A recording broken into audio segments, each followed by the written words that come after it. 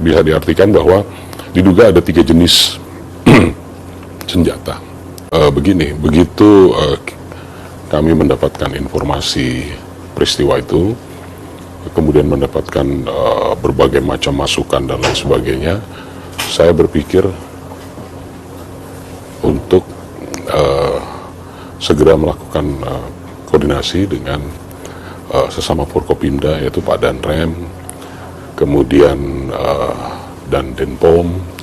Saya minta untuk bisa berkumpul di Polda untuk membahas situasi ini, kemudian sama-sama kita mendekat ke lokasi. Nah, dari situ kemudian bertemu dengan Kapolres Waikanan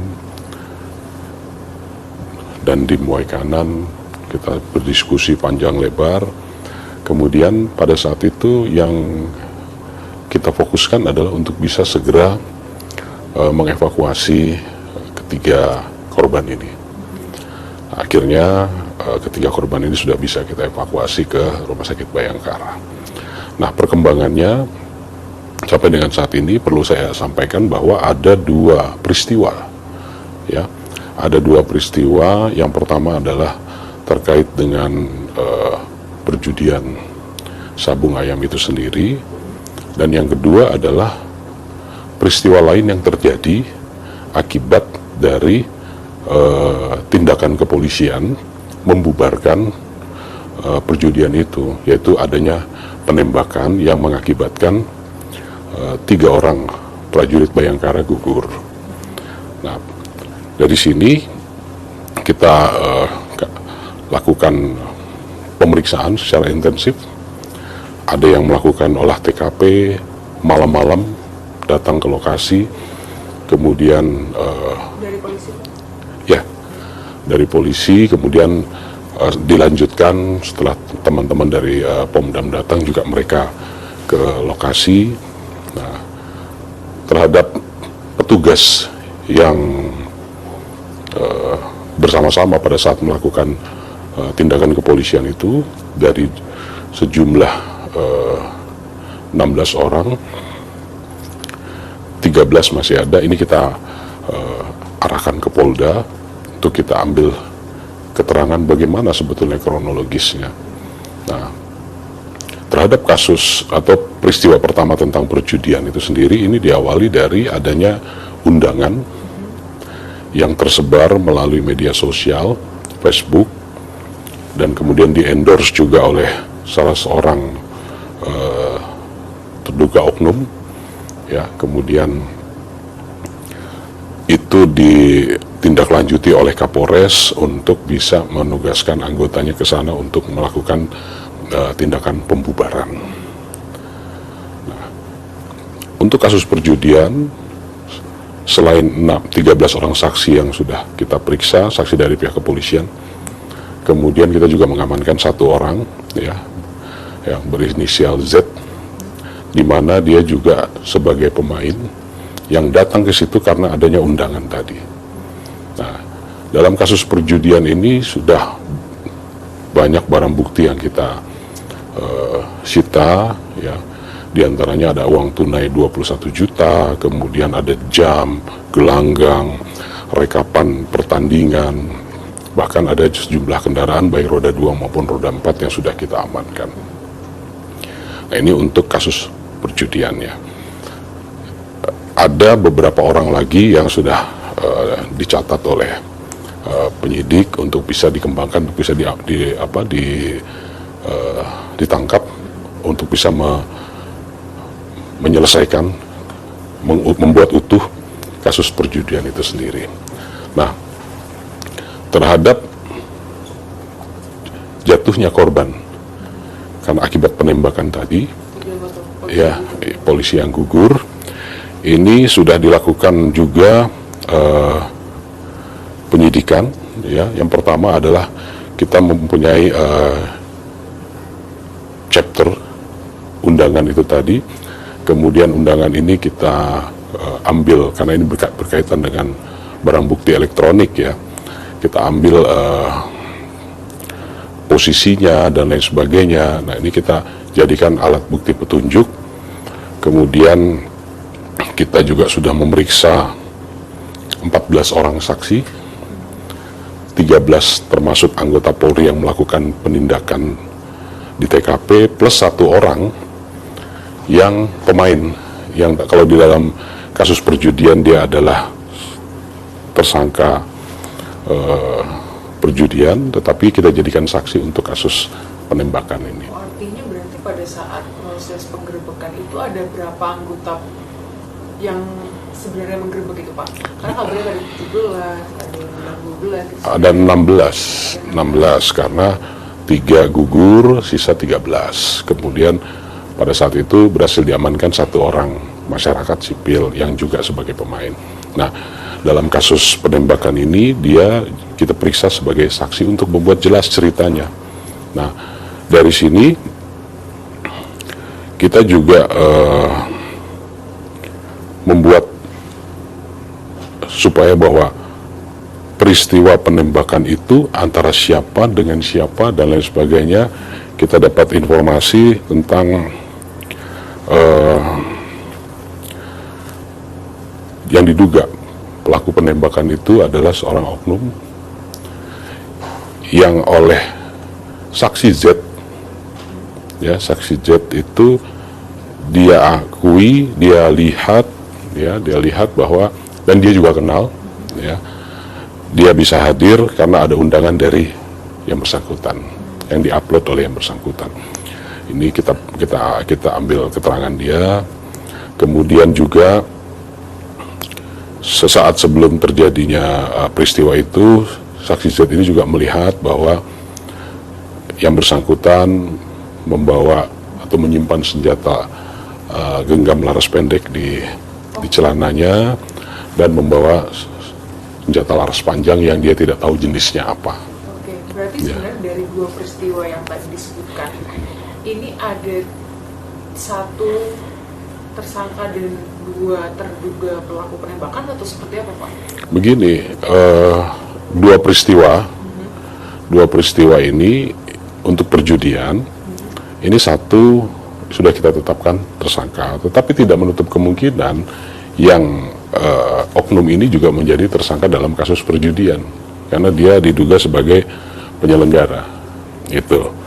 Nah, dalam kasus penembakan yang oknum ini sebagai tersangka, tetapi yang pemain dalam kasus perjudian tadi kita jadikan saksi karena dia melihat, mendengar dan mengetahui peristiwa tadi, ya. Untuk tersangka ini adalah dari sipil atau dari oknum juga, Pak? Yang tersangka ini Z. Ya, Z. Ini adalah sipil, masyarakat, ya, pemain. Dia datang karena mendapatkan undangan untuk bermain sabung ayam dari dia. Oknum itu. Ya, yang disebar melalui media sosial, Facebook maupun WhatsApp, sehingga pada berdatangan. Itu berarti pengakuan dari Z-nya ya, Pak? Ya. Kalau pengakuan dari 2 oknum yang diduga sebagai pelaku ini, seperti apa, Pak, pengakuan dari mereka? Untuk kedua orang ini saat ini sedang dalam pengamanan dari teman-teman kita di Denpom Bandar Lampung, dan peristiwa ini dalam proses penyidikannya Polda Lampung bekerja bersama-sama melaksanakan joint investigasi, saling melengkapi penyelidikan untuk bisa membuat terang peristiwa yang terjadi. Jadi saat ini mereka sedang dalam pengamanan dari teman-teman dari Pomdam.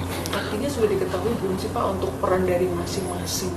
Ya, sementara karena kan ini joint investigasi, kami juga mendapatkan informasi dari teman-teman dari Pomdam bahwa berdasarkan pengakuan 2 oknum ini, mereka mengaku bahwa mereka berada di lokasi. Dan kalau kita uji dengan alat bukti yang lain, ini klop, ya, dengan keterangan si Z, ya, Z pemain dan sekaligus juga saksi yang melihat di TKP yang juga kenal. Dia melihat bahwa kedua orang ini ada.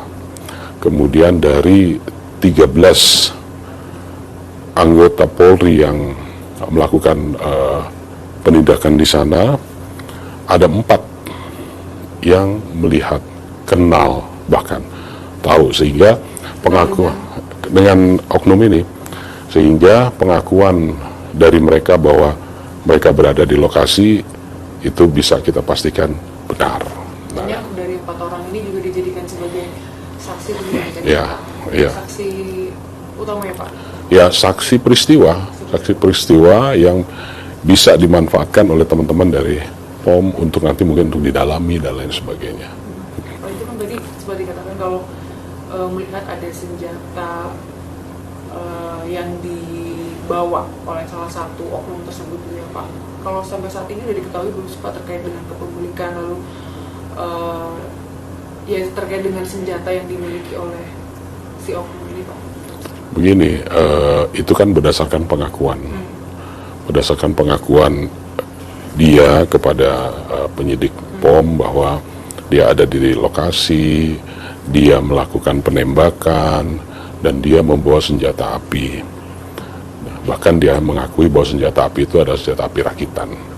Nah, kita penyidik harus bisa membuktikan keterangan pengakuan tadi dan mencari alat bukti yang bisa mendukung, gitu ya. Contoh misalkan melakukan penembakan, dia mengakui bahwa dia melakukan penembakan.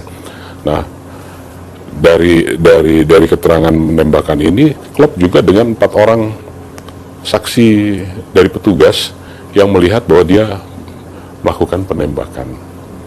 Nah, kita temukan juga ada selongsong di TKP yang jumlahnya ada sekitar 13 selongsong peluru dengan kaliber yang berbeda-beda, ada 5,56, ada 7,62 dan ada 9 mm. Artinya di sini bisa diartikan bahwa diduga ada 3 jenis senjata. Tapi ini harus didalami, ya, harus didalami.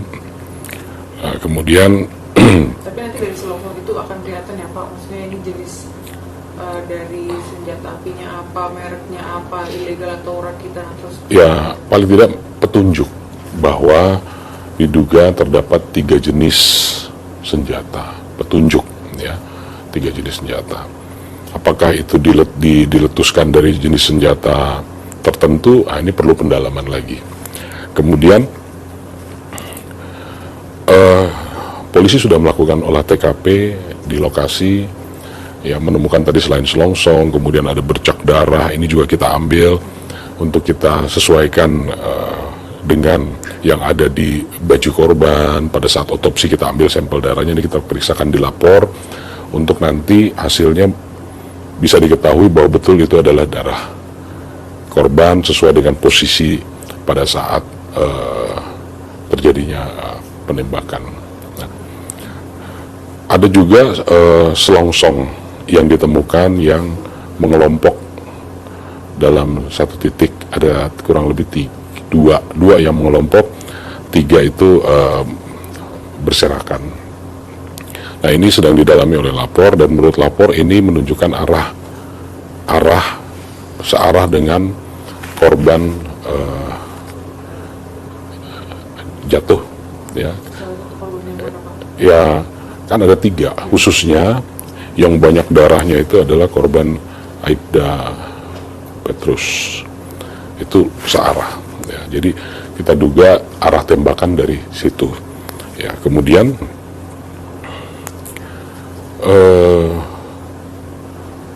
kita juga melakukan pemeriksaan dengan dibawa ke Rumah Sakit Bayangkara, kita melakukan otopsi, ya. Perlukaan dari ketiga jenazah ini, 2 itu berada di kepala, 1 berada di badan, di dada. Kemudian dilakukan otopsi. Untuk yang di kepala itu proyektilnya sudah terpecah-pecah, namun yang di badan, di dada itu masih utuh. Dan ini kita akan periksakan ke laboratorium forensik untuk bisa kita ketahui apakah itu ditembakkan dari senjata laras panjang atau laras pendek, pabrikan atau non-pabrikan. Dan terkait dengan hal tersebut juga bisa dilihat terkait dengan jarak dekat atau jauhnya juga nggak Pak, kalau melihat dari luka hasil otopsi? Ya, ini nanti yang akan mendalami keterangannya adalah dari ahli forensik itu sendiri. Namun keempat orang yang kita periksa sebagai saksi itu melihat yang diduga pelaku ini melakukan penembakan dari jarak yang ya dibilang jauh-jauh, dibilang dekat-dekat ya, ada yang bilang 6 meter, 5 meter, 13 meter. Nah, di antara 4 orang ini juga ada yang kenal betul dengan terduga pelaku ini. Sehingga dia bisa memastikan bahwa ini dia melakukan penembakan. Tapi ada keterangan bahwa sebenarnya sudah direncanakan gitu nggak sih Pak terkait dengan penembakan ini? Maksudnya penembakan yang menembak polisi? Iya. Kita belum menemukan informasi lebih lanjut tentang itu. Oke. Pak, ini kan menggerebek judi sabung ayam, terus lokasinya juga jauh dan susah untuk ditempuh gitu. Apakah dari polisi pada saat kesana ini mungkin tidak menggunakan baju anti peluru atau apa gitu Pak, atau seperti apa sih Pak, maksudnya sampai bisa terkena tembakan gitu Pak? Kalau biasanya kan mungkin akan ada antisipasi hal-hal tersebut. Begini, jadi sehari sebelumnya memang sudah ada informasi Kapolres menindaklanjuti. Ini adalah salah satu bentuk respon cepat dari pihak kepolisian terhadap setiap laporan yang ada yang masuk dari masyarakat. Apalagi ini disampaikan bahwa ada perjudian sabung ayam di wilayah hukum Polsek Negara Batin. Jarak tempuh, waktu tempuh dari Polres itu ke lokasi itu bisa sekitar 3,5 jam. Artinya ini sangat jauh, ya. Sehingga ditugaskan anggota Serse bersama-sama Kapolsek Negara Batin untuk bisa melakukan tindakan pembubaran. Jadi target menurut Kapolres melaporkan kepada saya bahwa tujuannya adalah untuk membubarkan. Nah, apakah menggunakan body vest? Ada yang menggunakan, ada yang tidak. Nah, kalau kita lihat korban almarhum Galip, dia menggunakan tapi kenanya di kepala, ya. Jadi peralatan sudah yang ada digunakan, tetapi memang perkenaannya bukan di badan, di kepala. Nah ini dan itu semua perkenaan luka itu menyebabkan kematian. Gitu. Oke Pak, nah kita lihat sedikit ke soal sabung ayam sendiri Pak. Fenomena sabung ayam di Lampung ini ternyata masih terjadi, dan kalau kita lihat kan tadi Bapak sempat bilang ini tuh nggak hanya warga Lampung, bahkan ada kendaraan-kendaraan plat dari luar Lampung gitu. Adanya kan mungkin ini sudah terdengar, tapi memang segmennya segmented banget gitu. Nah ini sebenarnya gimana sih Pak? Begini, saya tidak berani mengatakan bahwa sabung ayam tidak ada. Artinya mungkin saja ada, dan ini fakta memang ada. Sehingga bagaimana kita melakukan upaya penindakan, dan mereka selalu melakukan di tempat-tempat yang terpencil, dan sepertinya mungkin ada semacam komunitasnya, ya. Nah, untuk peristiwa kemarin itu undangan datang banyak dari luar Lampung. Kenapa kami katakan banyak dari luar Lampung? Ya kita lihat dari kendaraan yang ada, baik roda 2 maupun roda 4 itu selain BE, BG, A, B juga ada, sehingga mungkin ini komunitas mereka kumpul di sana. Dan kadang juga ini berpindah-pindah. Artinya begini, fenomena ini ada, dan ada juga beberapa tempat yang sudah kita lakukan pembubaran, penindakan, tapi memang karena lokasinya yang terpencil, jauh, sehingga mungkin tidak terjangkau oleh patroli-patroli dari kepolisian. Gitu. Sempat mendengar bahwa kepemilikan dari lahan yang dipakai buat arena sabung ayam ini juga milik salah satu aparat, Pak. Sebetulnya begini, itu adalah kawasan register 44. Ya, tidak boleh dimiliki. Nah, tapi berdasarkan informasi di sekitar, ya, dia mengelola tempat itu adalah yang diduga sebagai oknum ini. Salah satu pelaku. Ya. Oke, berarti memang tapi masih akan didalami nggak, Pak, terkait dengan si oknum ini memiliki peran apa, lalu bagaimana sehariannya? Ya, ini semua sekarang kita serahkan kepada teman-teman dari POM untuk melakukan pendalaman. Kami pada posisi juga mencari, mengumpulkan informasi maupun alat bukti yang konstruktif untuk bisa kita support. Ya, artinya dua peristiwa ini harus firm, ya, baik itu perjudiannya maupun peristiwa penembakan ini. Untuk kelanjutannya, Pak, gimana?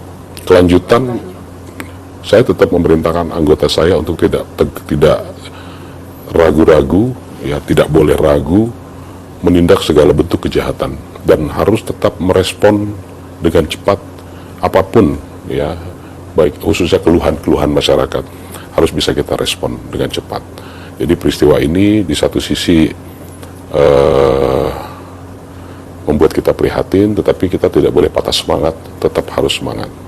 Ya. Proses hukumnya nanti kelanjutannya seperti apa? Terus hukum dari dua pelaku, dan katanya nanti kan akan ada, mungkin saja akan ada terduga pelaku bertambah gitu. Ya, semua kemungkinan bisa saja terjadi karena ini kan tempat dan orang yang sangat banyak, artinya bisa saja bertambah. Nah, dan karena ini sudah joint investigation, tentu semua akan diproses sesuai dengan porsi dan takaran serta persangkaan, kemudian juga aturan perundang-undangan yang berlaku bagi kedua belah pihak, gitu, baik itu mungkin yang sipil, mungkin TNI, itu pasti, ya. Pak Panglima tadi Pangdam maksudnya sudah menyampaikan pada kita, sepakat bahwa ini kita harus usut secara tuntas.